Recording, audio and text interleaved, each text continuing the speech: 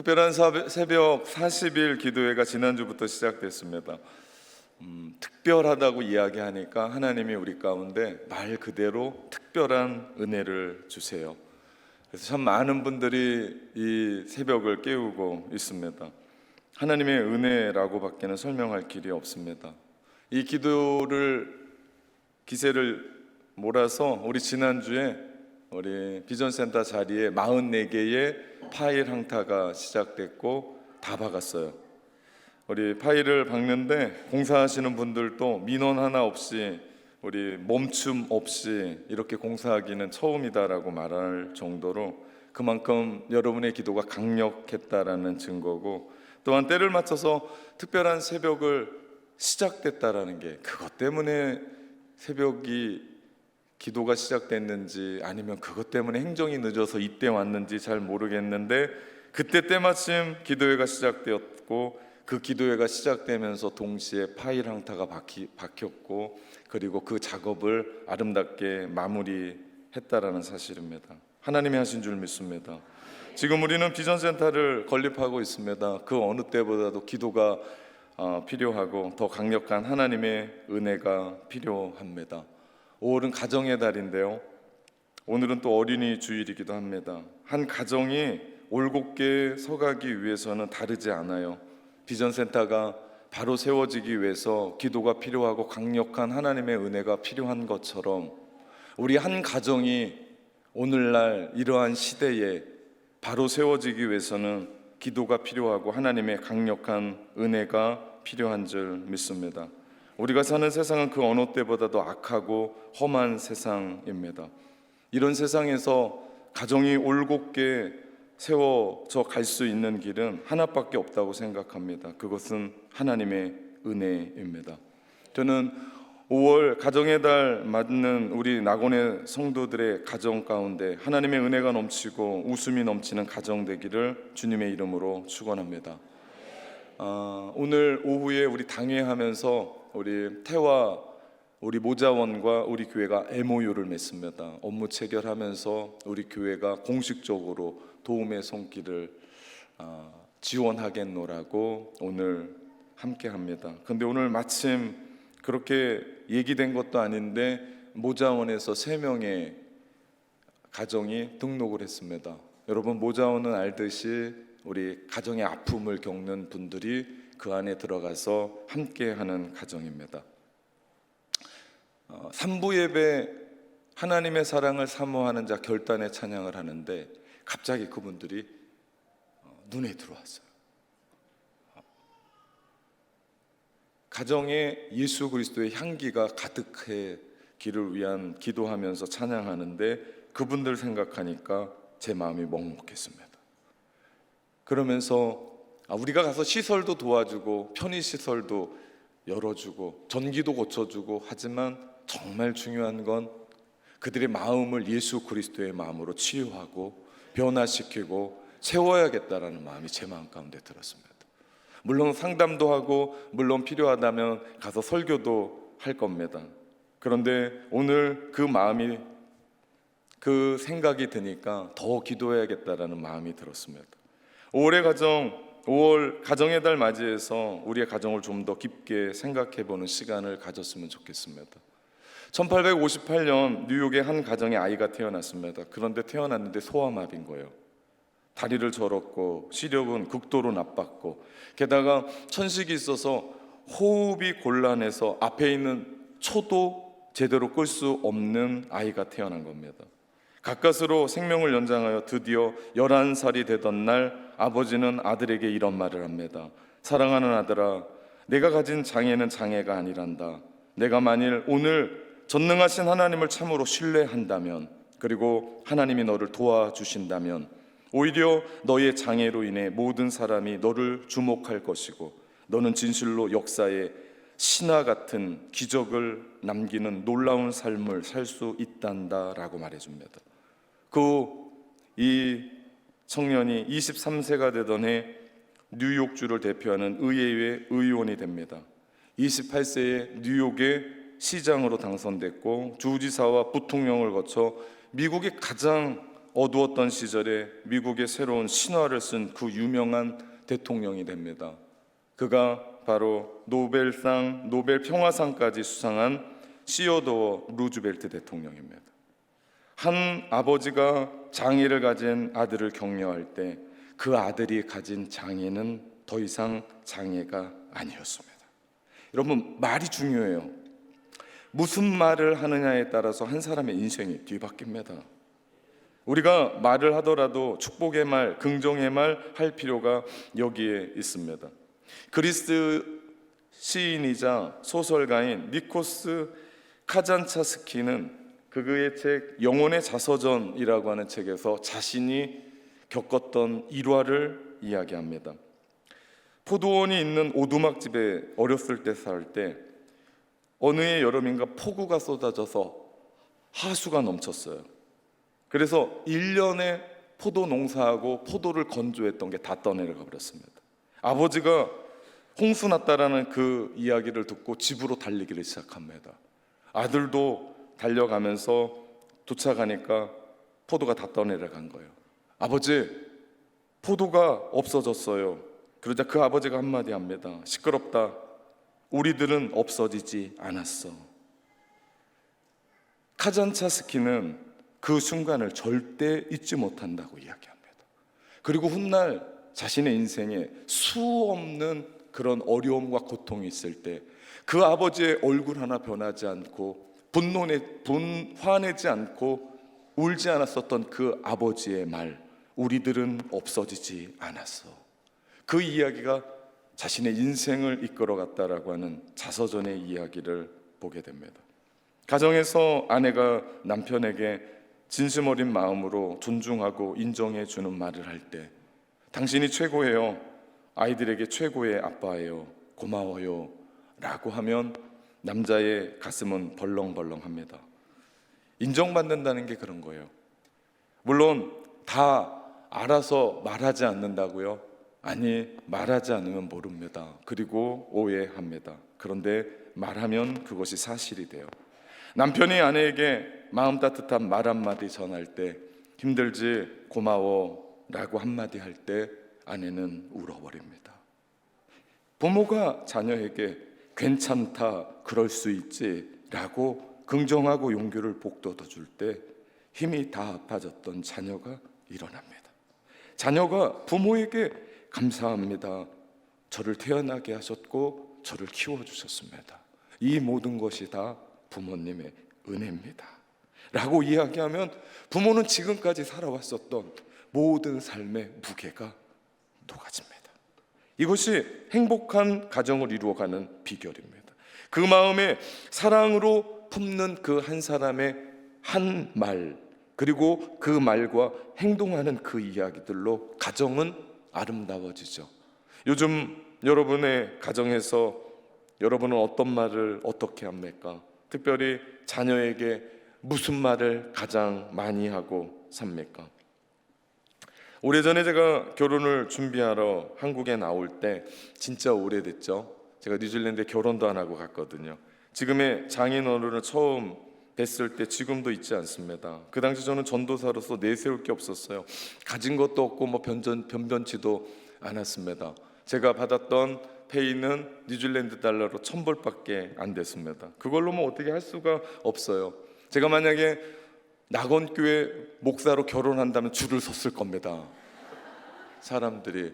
근데 그때는 아무것도 아닌 전도사로서 결혼을 해야 되니까 아무것도 가지고 있지 않았던, 그런데도 그 장인어른이 저를 그 있는 그대로 저를 인정해 주셨습니다. 그분은 대기업에 다니던 분이었고 배울 대로 배웠고 잘 나가시는 분이었습니다. 제가 감격했습니다. 저를 그렇게 인정해주고 아무것도 아닌 사람. 그래서 그때를 생각하면 지금도 가슴이 뛰고요. 그래서 제가 제 아내를 사랑 안 할 수가 없습니다. 물론 장인 어른 때문에 사랑하는 건 아니지만 그래도 사랑스러운데, 지금도 제 아내를 보면 가슴이 설레는데 장인 어른 때문이지만, 네, 감사합니다. 제가 제 아내를 더 사랑할 수밖에 없습니다. 그런 장인 장모님이 저희가 목회하는 뉴질랜드에 17년 만에 처음 오셨어요. 생각해보면 해외에 가족들이 있으면 3년 만에 5년 만에 나갈 수 있거든요. 근데 이분들은 교회에 오랫동안 섬겼던 권사님, 장로님이셨기 때문에 사위 목회 방해된다고 17년 만에 오셨다가 그 비행기값 비싸게 주고 나서 일찍 가셨어요. 방해된다고. 그때도 그랬지만 지금도 그 장인어른은 저의 설교 대단한 것도 아닐 텐데 최고라고 하십니다. 그러면서 그런 말씀하세요. 그 설교 듣고 왔더니 이제는 다른 설교가 시시해라고 말할 정도로. 여러분, 제 설교가 어디 그렇겠습니까? 그런데 그 장인어른이 저를 향한 그 따뜻한 마음, 결혼하러 갔을 때 악수하고 제가 긴장하고 있으니까 수수께끼 2개 내면서 본인이 직접 요리해 주면서 저의 긴장을 풀어줬던 그분은 지금도 말로도 저를 인정해주고 용기를 북돋워 줍니다. 저의 설교가 사실 그 정도는 아닐지 몰라도 그렇게 얘기하니까 좋더라고요. 행복하더라고요. 더 잘해야겠다라는 그런 생각이 들더라고요. 여러분, 말 한마디가 그렇습니다. 특별히 우리 가정 안에서, 우리 가정은 너무나 친해요. 다 알아요. 그러다 보니까 너무나 믿는다라는 이유로 말을 그냥 막 해요. 다 이해할 수 있는데 사실은 가정 안에서 가장 사랑을 받으면서 동시에 가장 많은 상처를 받는 곳이 가정입니다. 우리 자녀들이 부모님이 너무 필요해요. 그런데 너무 사랑한다는 이유로 부모님의 마음은 그런 건 아니었을 거예요. 더 잘 됐으면, 내 자녀가 더 행복했으면 좋겠다라는 이유로 이 안에 가지고 있었던 50년, 60년의 모든 얘기를 풀어내려고 하니까 안 되니까 그 자녀가 듣기 어려운 이야기를 할 수 있다고 생각합니다. 그런데 막상 듣는 그 자녀는 그것이 상처가 되고 그것이 어려움이 되더라. 우리 가정에서 부부가 서로, 부모와 자녀가, 그리고 자식이 나이 드신 부모님에게 인정해주고 축복해주고 긍정해주고 용기를 주고 격려하는 말을 하면 그 가정이 얼마나 행복할까요? 잘했어, 좋아, 할 수 있어, 최고다, 그거 근사하다, 그거 멋지다, 잘하셨습니다, 너무 좋습니다, 괜찮습니다, 좋아질 겁니다, 힘들지, 용기 내, 너밖에 없다. 이런 말 들으면요, 우리 마음 가운데 가슴이 뜁니다. 그리고 행복해요. 사실 일주일 지쳤거든요. 경쟁에서 밀렸거든요. 내가 다 따라갈 수 없는 것들이 있거든요. 사실 내가 몸이 아프거든요. 내가 얼마 남지 모른다라는 그런 생각 때문에 불안도 하거든요. 그런데 그때 자녀가 부모에게, 부모님이 자녀에게, 그리고 부부가 서로 손을 붙잡고 함께 그 이야기들을 나눌 때 그 가정은 확신합니다. 천국이 될 줄 믿습니다. 오늘 본문은 제사장의 축복이라고 부릅니다. 하나님께서 모세에게 제사장이 된 아론과 그의 아들들을, 이스라엘 백성들을 이같이 축복하라고 주시는 말씀이에요. 다시 말하면 하나님이 주시는 축복의 선언문이고 기도문이라고 할 수 있습니다. 구약의 축복은 제사장들만 했어요. 그런데 신약 시대에 들어와서는 만민이 제사장이에요. 우리 모두가 우리 특별히 가정의 제사장인 우리 남편이, 아내가 우리 남편을, 아내를, 그리고 자녀들을 이런 마음으로 축복하는 겁니다. 3가지입니다. 먼저는요, 하나님은 내게 복을 주시고 너를 지키시기 원한단다. 24절의 말씀인데요, 여호와는 내게 복을 주시고 너를 지키시기 원하며. 여기에서 우리는 하나님이 누구신지를 알 수 있습니다. 하나님은요, 복 주시는 분이라는 거예요. 여기에서 복이라는 말은 히브리어 말로 바라크라는 뜻이에요. 하나님으로부터 공급되는 온갖 모든 좋은 것이라는 뜻이 복입니다. 우리가 세상을 살아가면서 몸에 필요한 부분, 영혼에 필요한 부분, 정신에 필요한 부분, 우리의 삶에 필요한 모든 부분을 이야기합니다. 육신의 부모도요, 자식에게 모든 걸 해주고 싶어요. 그런데 우리는 한계가 있습니다. 우리의 생명에도 한계가 있어요. 우리는 자녀보다 먼저 죽습니다. 특별하지 않으면. 그리고 우리는요, 자녀에게 다 해줄 수 있는 돈이 없어요. 능력도 안 돼요. 어느 정도입니다. 한계가 있다고요. 마음일 때가 더 많아요. 그러나 우리 하나님은 우리에게 모든 것을 복 주시고 풍성하게 넘치도록 주시는 분이시라고요. 그리고 또 그렇게 해줄 만한 능력까지도 있어요. 그래서 우리는 내 이름으로 축복하는 게 아니라, 내가 가지고 있는 어떤 수중의 뭔가로 축복하는 것이 아니라 하나님의 이름으로 그들을 축복합니다. 하나님이 너를 복 주고 너를 지키시기 원한다. 보호의 복입니다. 보호받는다는 것이 얼마나 중요한지 몰라요. 오늘날과 같이 보호받지 못하는 시대도 없습니다. 전쟁과 테러, 사고와 사건, 질병과 자연재해로부터 더 나아가 악이 난무하고 판을 치는 이 시대에 왜 묻지마 범죄가 있습니까? 예전에는 원한을 져서 우리가 어떤 일들을 당한다고 칩시다. 그런데 오늘날은 나랑 전혀 상관없는, 연고도 없는 한 사람이 우리 가운데 우리를 힘겹게 합니다. 그럴 때 내가 그걸 다 보호한다고요? 천만의 만만의 말씀이요. 할 수도 없고 있을 수도 없습니다. 여러분 그거 아십니까? 우리가 내 손 안에 있을 때 자녀지, 밖에 나가면요 우리는 어떻게 할 수가 없어요. 그거 어떻게 쫓아다닙니까? 그거 어떻게 다 보호합니까? 우리는 할 수가 없습니다. 그래서 우리가 자녀들, 특별히 우리 믿음의 자녀들을 우리가 놓고 축복하며 기도할 때, 하나님 저들을 지켜 주옵소서. 보호를 위해서 우리가 기도해야 돼요. 천지 만물을 지으신 하나님께서 내 인생뿐만 아니라 우리의 자녀들을 위탁하고 올려드릴 때 주님은 우리의 자녀들을 지켜주시는 줄 믿습니다. 이제부터 자녀들을 위해 기도하십시오. 멀리 타지에 나가 있는 우리 자녀들을 위해서, 그들 전화하면서 잘 지내냐라기보다는 우리가 있는 그 자리에서 하나님 앞에 무릎 꿇고 기도하면서 하나님 앞에, 하나님 그들을 악의 세력으로부터, 그들을 가난과 재앙과 각종 질병으로부터, 전쟁으로부터 그들을 보호해 주옵소서. 하나님 그들을 좋은 사람 만나도록 지켜달라고. 여러분, 여자는 좋은 남자 만나야 돼요. 남자는 좋은 여자 만나야 됩니다. 이건 변함없는 진리예요. 믿음 안에서 좋은 사람 만나도록. 근데 우리가 어떻게 합니까? 10길 물속은 알아도 한 길 사람 속을 모르는 세상인데 어떻게 그놈이 좋고 그 사람이 좋은지 어떻게 합니까? 갑자기 욕이 나올 뻔했습니다. 몰라요. 그럼 어떻게 해야 돼요? 우리 하나님께 기도하는 겁니다. 하나님, 하나님께서 지켜 주옵소서, 보호하여 주옵소서. 특별한 새벽 40일이 시작됐습니다. 우리 지난주부터 시작됐는데 얼마나 뜨겁고 간절한지 몰라요. 요한계시록의 말씀을 붙잡고 함께 기도해 나가는데 우리 200명이 넘는 사람들이 이 자리에 나와서 함께 기도합니다. 기도하기 참 좋을 때요. 특별히 5월이 시작됐습니다. 가정의 달이라니까요. 우리 비전센터를 위해서 기도하고 6.23 새생명축제를 위해 기도하고 부흥하는 교회를 위해 기도하지만 특별히 여러분의 자녀들을 위해 기도하는 귀한 시간 될 때 하나님께서 여러분의 자녀들에게 복을 주시고 여러분의 자녀들을 지켜 보호하실 줄 믿습니다.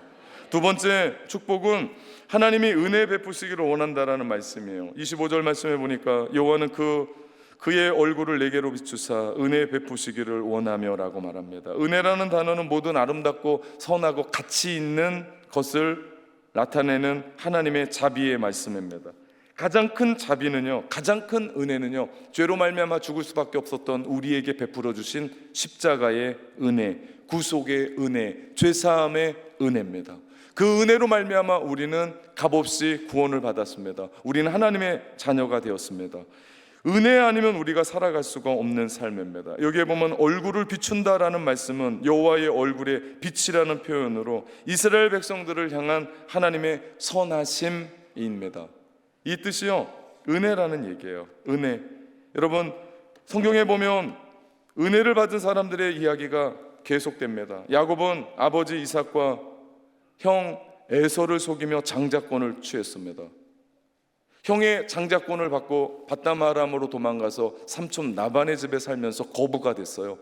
20년 후에 고향으로 돌아오는데 형이 칼을 찬 400인을 데리고 자기한테가 온다는 소식을 들었습니다. 그때 야곱은 야복강가에서 하나님의 사자와 씨름하며 구한 것이 한 가지가 있습니다. 그것은 하나님 에서를 없애주십시오가 아닙니다. 그 죽을 지경에서 야곱은 하나님께 구합니다. 하나님, 내게 은혜를 주옵소서. 하나님의 얼굴을 비추셔서 은혜를 베풀어 주옵소서. 그는 죽기까지 매달립니다. 왜냐하면 그거 매달리지 않으면 형에게 죽든지 여기에서 죽든지 둘 중에 하나입니다. 하나님의 얼굴을 배웠고 결국 야곱은 해 뜨는 분이엘의 아침을 절름발이로 걸어 나옵니다. 하나님의 은혜 아니었었다면 호렙산에서 양떼를 치던 실패자, 도망자, 살인자였던 80세의 노인 모세는 애굽의 왕 앞에 설 수 없었고 이스라엘 민족을 이끌며 홍해를 육지로 걸어 나올 수가 없었고 하나님의 은혜가 아니었으면 그는 불세출의 민족의 지도자로 설 수가 없었습니다.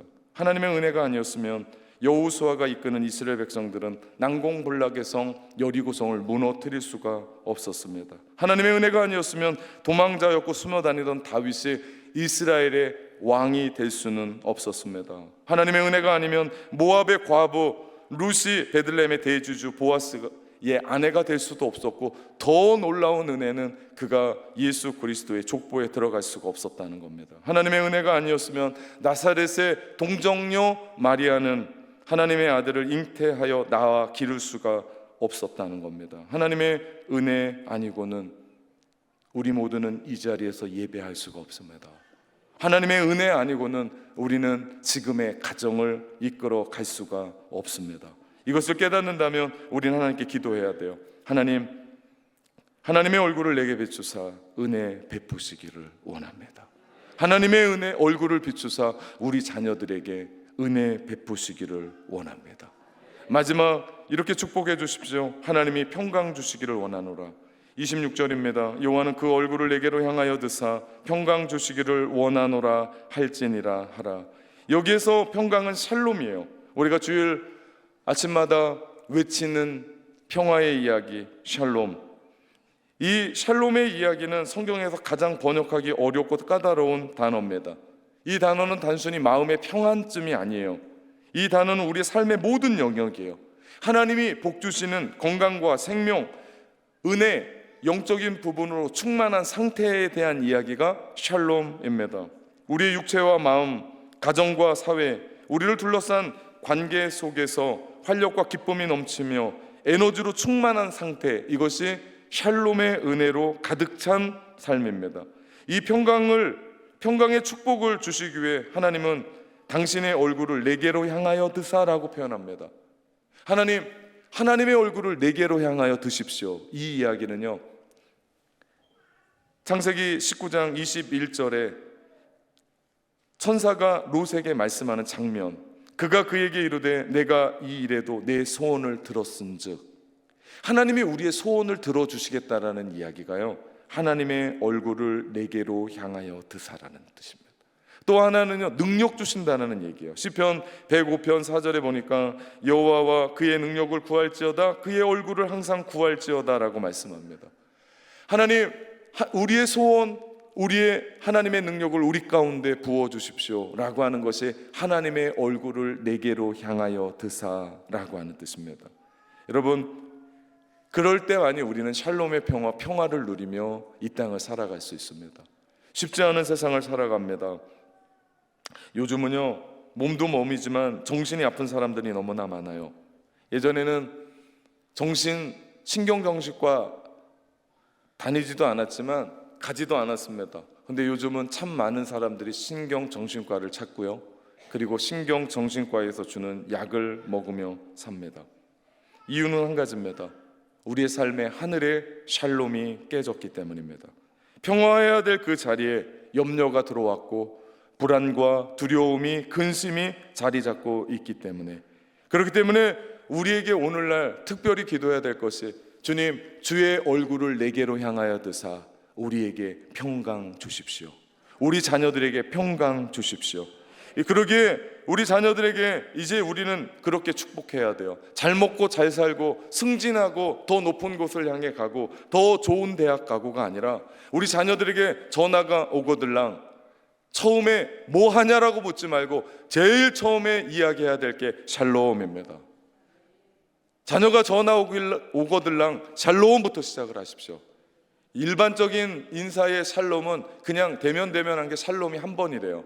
그런데 샬롬 하면 정말 내가 너에게 평강 주기를 원한다 라고 하는 표현이에요. 그래서 자녀가 갑자기 우리 엄마가 왜 이런가, 우리 아빠가 왜 이런가 그럴진 모르지만 정말 여러분이 기도하는 마음으로 자녀가 전화 주거들랑 샬롬 샬롬 하고 시작하십시오. 분명히 물어볼 겁니다. 요즘 무슨 일이 있습니까? 라고.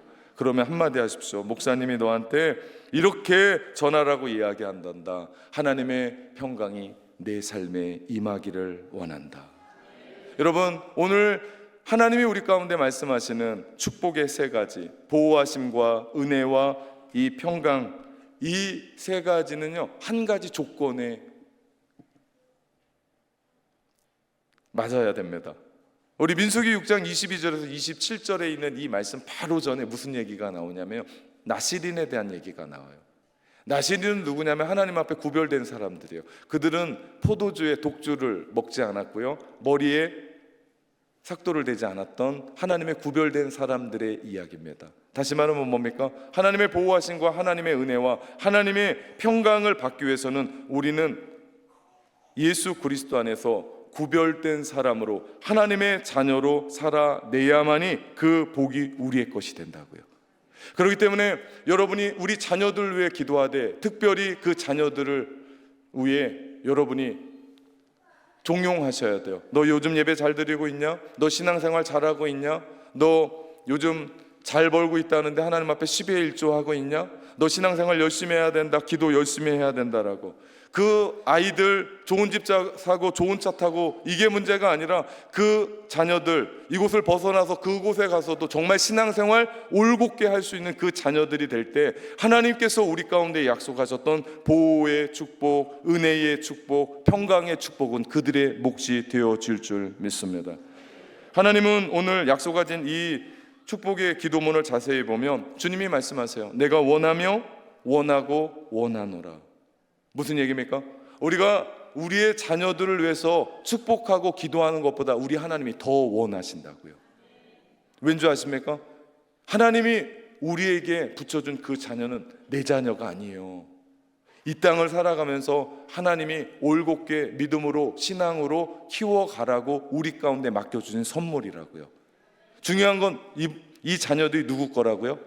하나님 거라고요. 여러분, 우리는 모든 것에 청지기여야 됩니다. 그렇기 때문에 자녀 키워가면서 내 욕심이 그 아이들에게 들어가면 안 돼요. 자기가 젊었을 때 못 이루었던 거를 그 자녀를 제물 삼아서 너는 이거 해야 된다 그러면 안 돼요.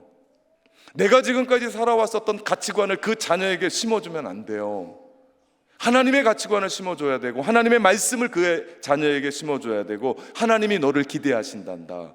하나님의 꿈이 그 자녀에게 흘러가야만 됩니다. 왜 그러십니까? 하나님이 원하시며 원하시고 원하시기 때문에. 우리보다 더 원함이 있다고요, 우리 하나님이.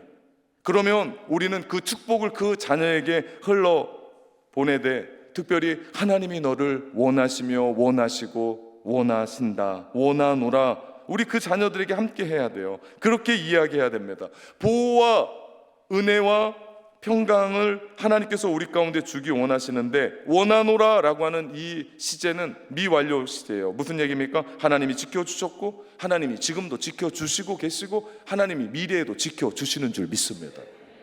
그렇기 때문에 우리가 코끝에서 호흡이 끝나도 우리 자녀들을 걱정 안 해도 되는 것은 우리 하나님께서 어떻게 한다고요? 지켜주셨고 지켜주고 계시고 지켜주고 계실 줄 믿기에.